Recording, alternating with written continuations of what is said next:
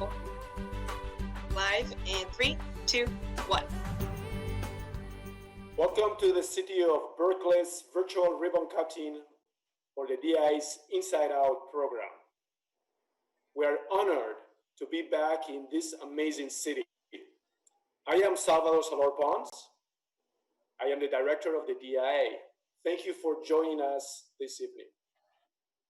Now, in its 11th year, the Inside Out program brings high-quality reproductions of the DI's collection to outdoor venues throughout Metro Detroit to increase engagement between the museum and its diverse audiences. From now through late November, residents of Macomb, Wayne, and Oakland counties will be able to enjoy a piece of the DIA outside in their own community. Over the past decade, the Inside Out program has visited over 100 communities, reaching thousands of people in their own backyards. This year, that outreach feels more important than ever as families look for opportunities to engage in safe outdoor activities close to home. I am proud to say we have expanded the program with 27 locations in the Tri-County area and 5 locations across the state. The DI would like to thank the City of Berkeley for being a part of this unique program and for hosting this virtual ribbon cutting tonight. Thank you. Now, I will turn over the virtual stage to Berkeley's City Manager, Matt Baumgarten. Thank you, Salvador. And thank you to everyone watching at home. Although we are not able to be together to celebrate, we encourage everyone to make time to see each of the installations. Before we do anything else, I'd like to take the opportunity to thank Dan Hill, our Public Policy Assistant, and Tori Mathis, our Community Engagement Officer, for their efforts in bringing a total of 6 high-quality reproductions to the city. All of the pieces are walking or biking distance from one another, as you can see here. This map and more information on the project is available at our website, berkeleymish.org/DIA Inside Out. Tonight, several community members have joined us to tell us about the pieces, where they're located, and why they love them. I'd like to thank DDA Director Jennifer Finney, Kate Kushner, and Terry Fouts of Berkeley Commons, Matt Church of Berkeley Public Library, and Councilmember Ross Gavin for sharing information on the pieces with us. I'd also like to recognize the host sites, J.C. Park, Oddfellows Antiques, Berkeley Common, Berkeley Public Library, Berkeley Community Center, and Oxford Towers Park. Here to start us off is Berkeley's DDA Director, Jennifer Finney. Thank you, Mr. Baumgarten. It's an honor to join all of you tonight to share a little bit on our first piece, Girl and Laurel by Winslow Homer. This image is one of the artist's earlier works and is representative of a sunny summer day. The artist spent a decade in upstate New York and various areas of New England during a time when many American artists found inspiration around the landscapes and people of this region. Homer was particularly interested in painting people that lived in the country, or away from big cities, showing their everyday lives, especially their time spent relaxing and working outdoors. Showing everyday people was something that was newer for the time in art. Prior to this, artists typically focused on portraits for clients or depictions of important historical or mythological figurines. This piece is located in J.C. Park on the corner of Webster and Bacon. It's a great location because of the picnic area, picnic shelter, and play lot. Many families and events frequent here throughout the year. Our next piece takes us to Oddfellows Antiques located in our downtown. Tiled niche by Ustad Muhammad Hussein hung on the side of Oddfellows Antiques off of 12 Mile Road. This piece was originally dated from the 1200s, but is now dated to the mid-1800s.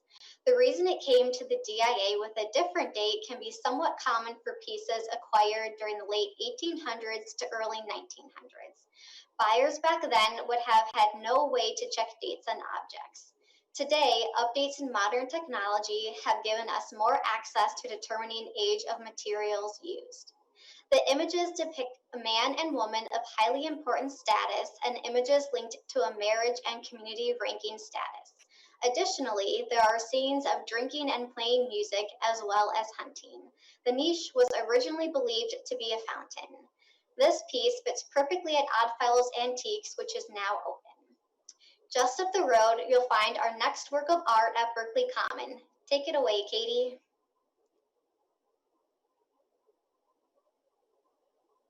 Just built, and I'm also with my co-owners Terry Fouts and Chris Gross, which you can see here and here, and we're having lovely craft cocktails, and can't wait to talk about this amazing piece that was installed a couple weeks ago.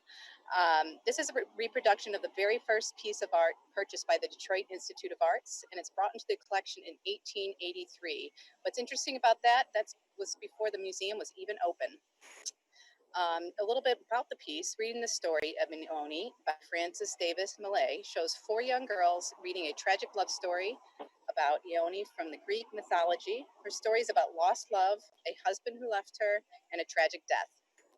The artist chose to show the women in a classical dress, which was popular fashion in art that time. Least important, but very interesting, the artist was one of the passengers who perished on the Titanic. That's my favorite tidbit about this piece. This is one of my favorite pieces of the collection because it shows beautiful women in reading, and being an avid reader myself, the piece has always resonated with me.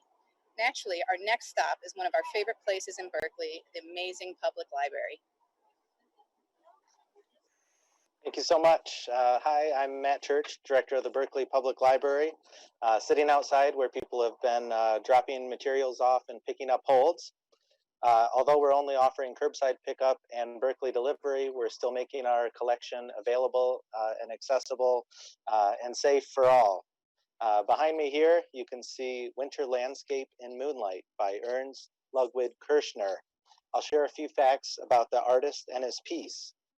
Part of the German Expressionist collection, this piece is an expression of the Swiss Alps at nighttime. Notice the unnatural colors and harsh lines that is part of the Expressionist style. Kirchner was a German soldier during World War I, and after the mental stress and physical fatigue of that experience, he retreated to the Alps. The landscape and remote location helped him to battle depression. This piece was very important to the artist. He spoke about it as something that touched his soul on an emotional and profound level. This is considered a major painting from his career.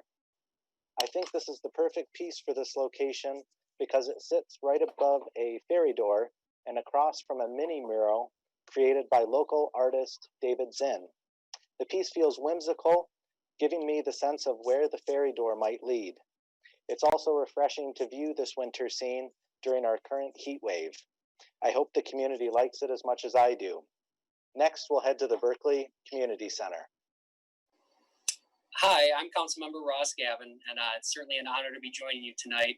And while we're disappointed that we can't offer the live programming with these installations, we're hopeful that you and your loved ones will enjoy the great outdoors to be able to go and see them and find your own personal meaning in art. So at the Berkeley Community Center, we have Violinist and Young Woman by Edgar Degas. Degas is well known for depicting performers, especially the mundane moments that you wouldn't necessarily think to capture, such as putting on a costume, warming up, or a moment like this one where performers are having a rehearsal.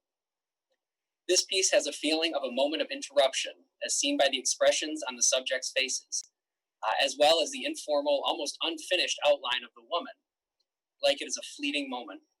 The medium for this piece is oil and crayon on canvas, meaning he used oil paint and a crayon that is made from compressed graphite or charcoal for pigment and wax or clay for structure.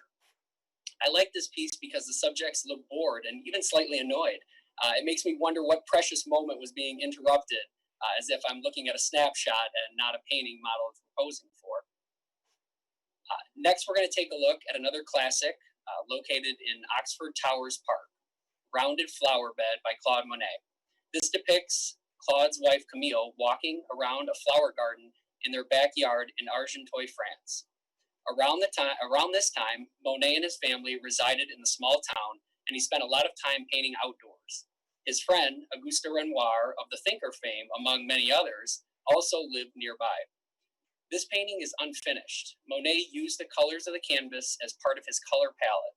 It's hard to see with the naked eye, but he used this technique throughout the entire painting.